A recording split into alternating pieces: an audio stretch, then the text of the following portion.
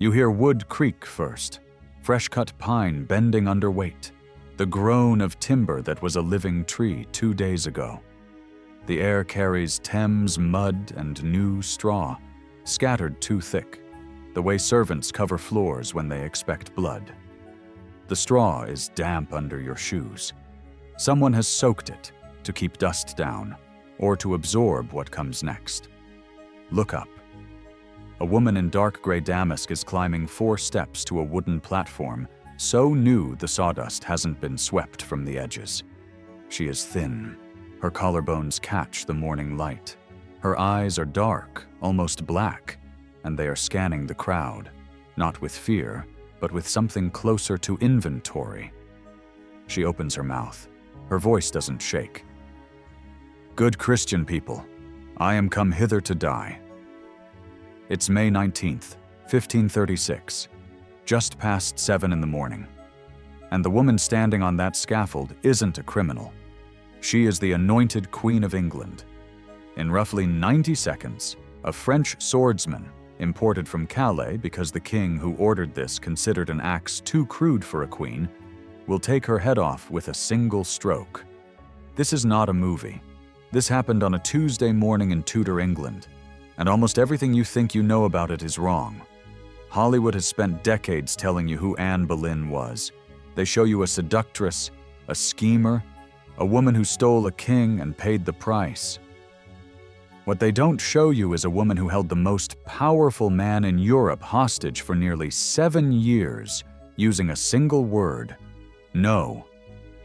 What they don't show you is what happened to her body after the sword fell. And they will never show you what her daughter did with the wreckage. So let me. Welcome to Unleashed Secrets, where we dig into the blood-soaked truths history tried to bury. You've seen the costumes, you've watched the TV dramas, you think you know this story. You don't. What I'm about to show you doesn't come from screenwriters. It comes from dispatches written by ambassadors who stood in the room, from letters in the Vatican archives, and from bones unearthed beneath a chapel floor 340 years after they were thrown there.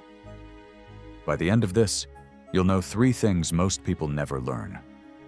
First, the single physical object that proves Henry VIII planned Anne's execution before her trial even began. Second, the legal mechanism that turned killing an anointed queen into a procedural formality. Third, what they actually did with her body, and why what they chose tells you more about this story than any chronicle ever written. We're building a community of 10,000 truth seekers, and we need you to get there. Click subscribe. This is the story of how a king tried to erase a woman from history and accidentally created England's greatest monarch. To understand how Anne Boleyn fell, you first need to understand how impossibly high she climbed. Anne was not born royal. She was born around 1501. Eric Ives, in The Life and Death of Anne Boleyn, places the date between 1501 and 1507 into the Boleyn family, ambitious minor nobility from Norfolk. But the Boleyns understood something most English families didn't. Education was a weapon. At roughly 12, Anne was sent to the court of Margaret of Austria in the Netherlands, then to the French court under Queen Claude. She spent nearly 7 years on the continent. George Cavendish, gentleman usher to Cardinal Wolsey, later wrote in The Life and Death of Cardinal Wolsey that Anne returned to England in 1522, speaking fluent French, carrying herself with a sophistication that made the English court look provincial. Here's what matters. Anne Boleyn didn't seduce Henry VIII. Henry pursued Anne, and she refused him. For nearly 7 years, from roughly 1526 to 1533, she said no. Not to his affection, to his bed. She would not become his mistress. She had watched her own sister Mary Boleyn serve as Henry's lover and get discarded without title, without land, without a backward glance. We know the scale of Henry's obsession Because 17 love letters from him to Anne survive in the Vatican Library today, almost certainly seized by a papal agent. In one, Henry complains of being struck by the dart of love for over a year with no answer. The King of England begging on paper. Think about what this means. A woman with no army, no treasury, no royal blood held a king in suspension with nothing but strategic refusal. That refusal didn't just change her life. It broke a religion. Henry needed Anne as his legitimate wife, not his mistress, because he needed a legitimate male heir. The Tudor dynasty was 1 generation old. Henry's father had won the crown on a battlefield. The Wars of the Roses were living memory. Without a son, civil war was a certainty. On June 1st, 1533, Anne was crowned Queen of England at Westminster Abbey. She was already visibly pregnant. Thomas Cranmer had annulled Henry's marriage to Catherine 4 weeks earlier. The Pope had excommunicated Henry. England had severed a bond with Rome that had lasted nearly 1,000 years. 1,083 days. That's how long she wore the crown, from coronation to scaffold. Read that again.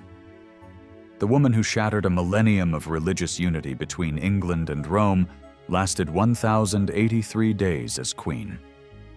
Here's what you need to understand about Henry VIII. This wasn't madness. This was policy, calculated, dynastic, and terrifyingly rational. Henry genuinely believed his first marriage to Catherine of Aragon was cursed by God. Catherine had been married to Henry's older brother Arthur, who died in 1502. Leviticus 20:21 warned that a man who takes his brother's wife shall be childless. Catherine bore 6 children. Only one survived. Mary. No sons. To Henry, this wasn't misfortune. This was divine punishment confirmed by dead infants. The theological argument was sincere, even if the political convenience was obvious. So how do you solve a divine curse? You end the marriage that caused it. When Pope Clement VII refused the annulment, under pressure from Catherine's nephew, Emperor Charles V, Henry didn't just break with Rome. He rebuilt the entire legal architecture of England. The same king who built Hampton Court and patronized Holbein also destroyed everyone who stood in his way. Thomas More, his friend, his Lord Chancellor, was beheaded on July 6, 1535, for refusing the Act of Supremacy. John Fisher, Bishop of Rochester, lost his head the same summer. Henry didn't relish this. He simply didn't let it stop him. And here's the logic that killed Anne.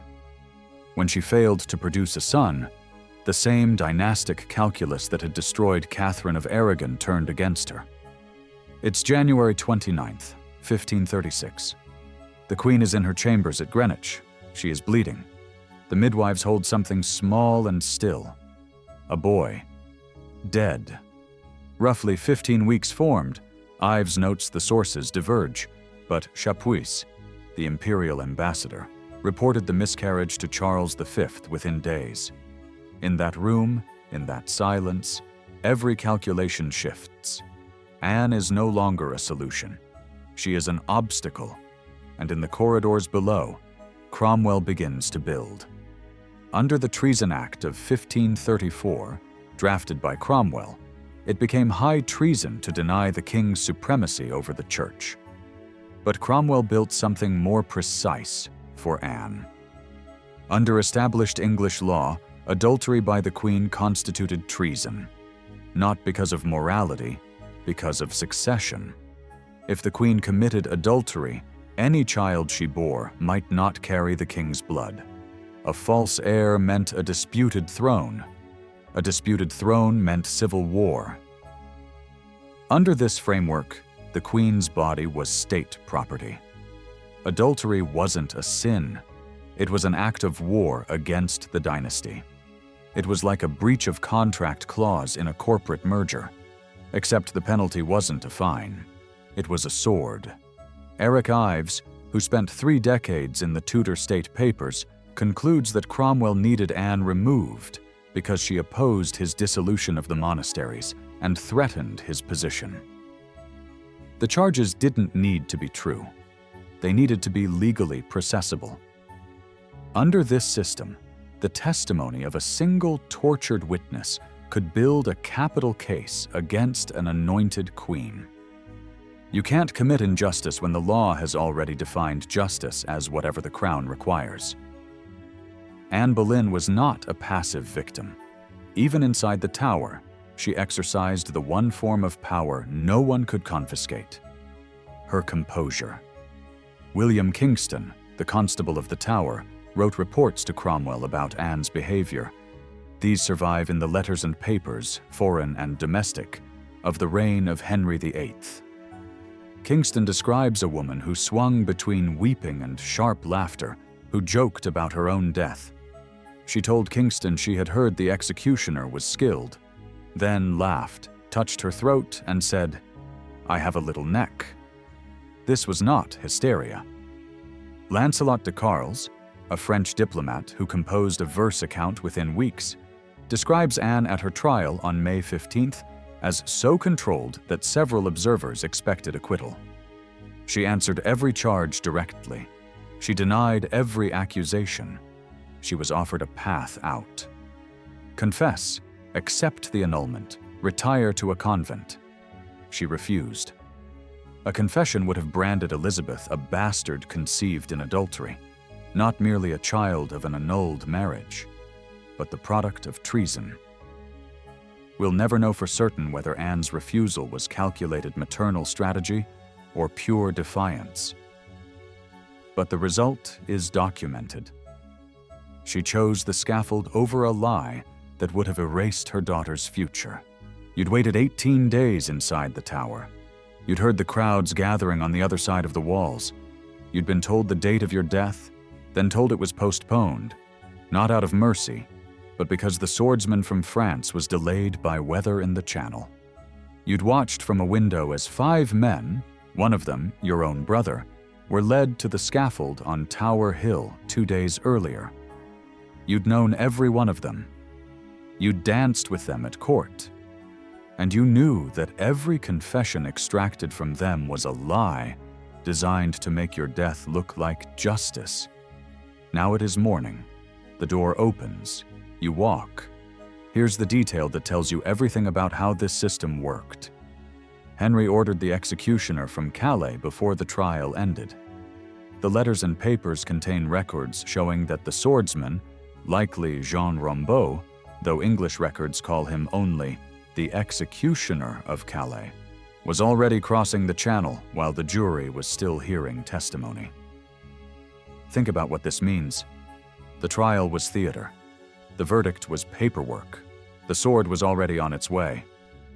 5 men were executed before Anne, like demolishing an entire building to justify condemning the foundation.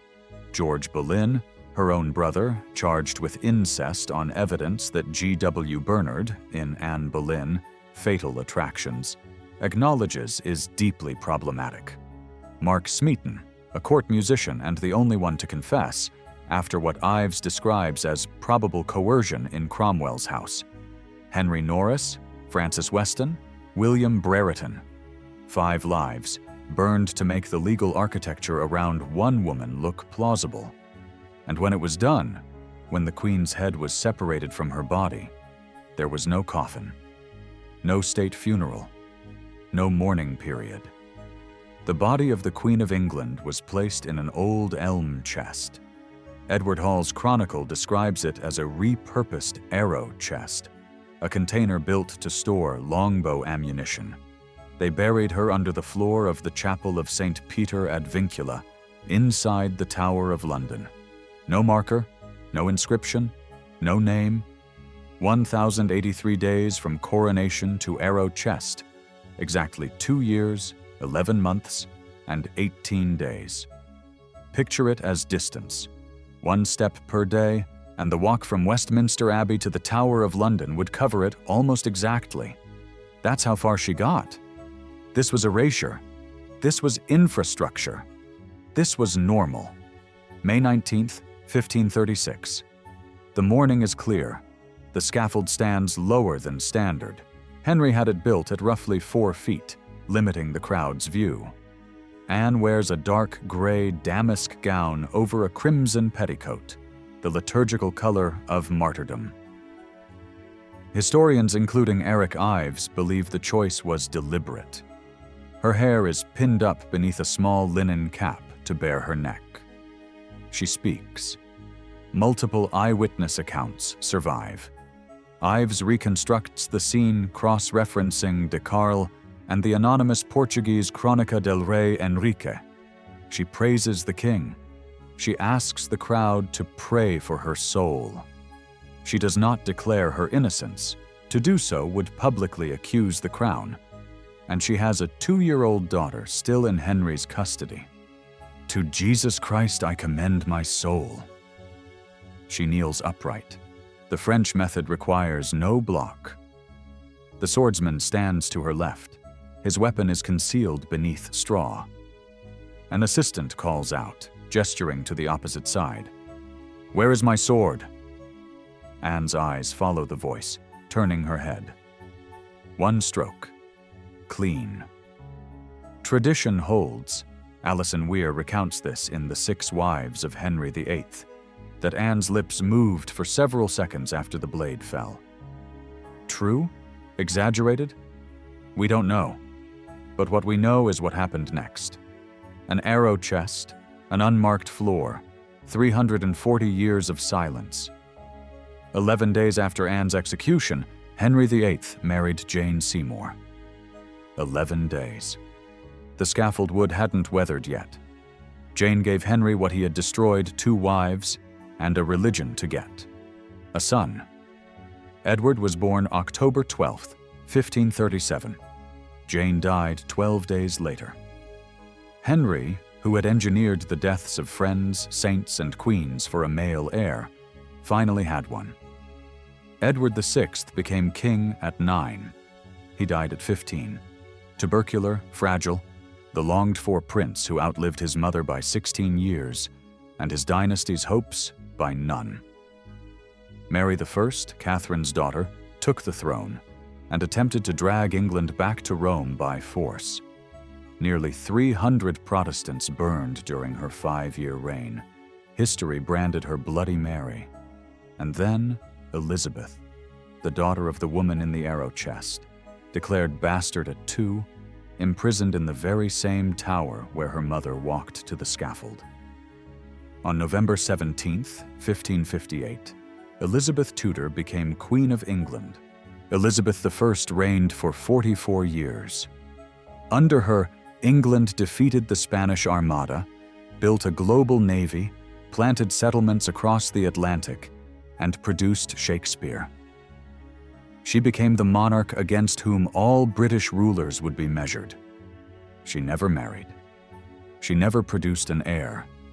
She never publicly spoke her mother's name at court. But when Elizabeth died on March 24, 1603, her ladies-in-waiting discovered a small locket ring on her finger. When opened, it revealed 2 miniature portraits facing each other. Elizabeth on one side, and a woman identified as Anne Boleyn on the other. The ring, now known as the Chepstow ring, described by Janet Arnold in Queen Elizabeth's Wardrobe Unlocked, had been worn against the skin for decades. A queen who ruled for 44 years had carried her erased mother hidden in plain sight. The Church of England, the institution Henry created to marry Anne, still exists. The British monarchy still traces its Protestant identity to the act of supremacy that Anne's marriage forced into law. The arrow chest didn't hold. The erasure didn't take. Here's what Henry didn't anticipate. You don't destroy a legacy by destroying a body. You plant it. Henry wanted a son. He got 3 years of marriage, a daughter he disowned, and a religion he never intended. Cromwell wanted Anne removed. Within 4 years, Henry turned on him too, beheaded July 28, 1540, on the same treason charges he had manufactured against others, the architect executed by his own blueprint. They wanted to erase Anne Boleyn. No coffin, no stone, no name. In 1876, Queen Victoria ordered the restoration of the Chapel of St. Peter ad Vincula. Workers opened the floor. Doyne Bell, who documented the excavation in Notices of the Historic Persons Buried in the Chapel of St. Peter ad Vincula, described finding the remains of a young woman of slight build, consistent with descriptions of Anne. Victoria ordered a marble tile placed over the grave. The queen who had no name finally received one from another queen. But the real monument was never under that chapel floor. A king tried to bury a queen in an arrow chest. Her daughter built an empire. You hear wood creak, but this time it isn't scaffold pine. It's the hull of a ship, Elizabeth's ship, sailing out. Good Christian people, I am come hither to die.